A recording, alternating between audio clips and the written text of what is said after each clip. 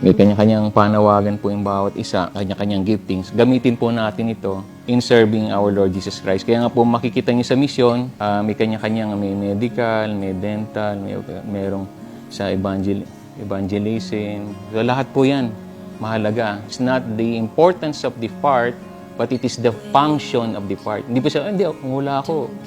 Hindi nagagalaw. Lahat po tayo, we are only one body to function dun sa part na binigay sa atin, ating Panginoong Hesus, to glorify Him. Where you should always be, and hold on to my hand. Whether every Tapos i-check mo ba kung maklaro mo ang sabi mo kanina na gamay, di ka makaayo. Kanaayo na.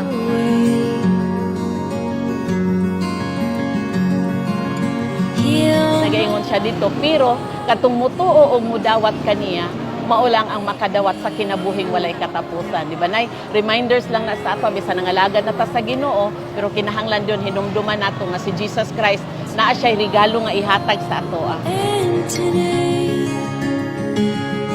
I'm always yours. Baunin po natin yung kapangyarihan ng banal na Espiritu.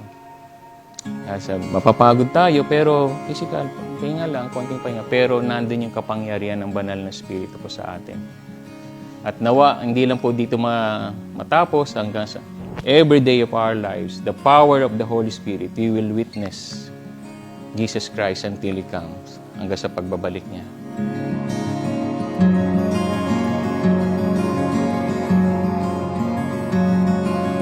Wait, don't go so far away. Just stay next to Maayong hapon sa tanan. Ako nga pala si Abel Servito from One Liner Ministry.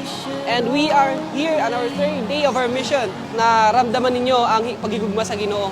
Mingarimi, dili tungod sa mua, dili tungod sa mga pagkaon, ningarimi tungod sa kahigugma sa Ginoo. Gusto lang namin ipaabot na mahal mo sa Ginoo. will weather every storm that rolls our way. Ako po si Ruel Laurista, taga Puro Hillside, Anuling, Santa Cruz. 50 years old. Lagi, namagoy ni adto sa balay nga kanang katong naghatag bitaw og sa ngalan nato, katong papel bitaw. Na libre pataod lagi og libre optical sa mata lagi. Kining opticals para sa mata o kining grocery ni ma'am. Grocery. Salamat kayo sa WG Foundation nga nakatanggap ako sa kanang optical, kanang labi na sa pagbasa makakita ko klaro. Salamat kayo.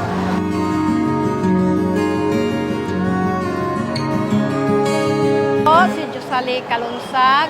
Punta po ako dito kaya gusto kong magpapabunot ng ngipin. Noon pa lang ito, masakit masyadong ngipin ko pero wala akong time magpabunot. Kaya ngayon, nagpapasalamat ako, nandito kayo, libre. And you chase my fears away, so far away. Heal my heart again and make me whole.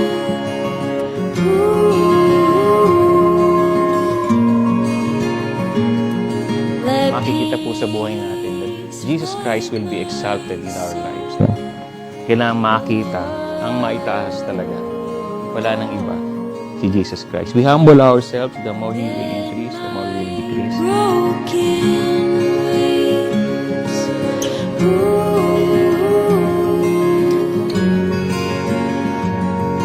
Tomorrow and today,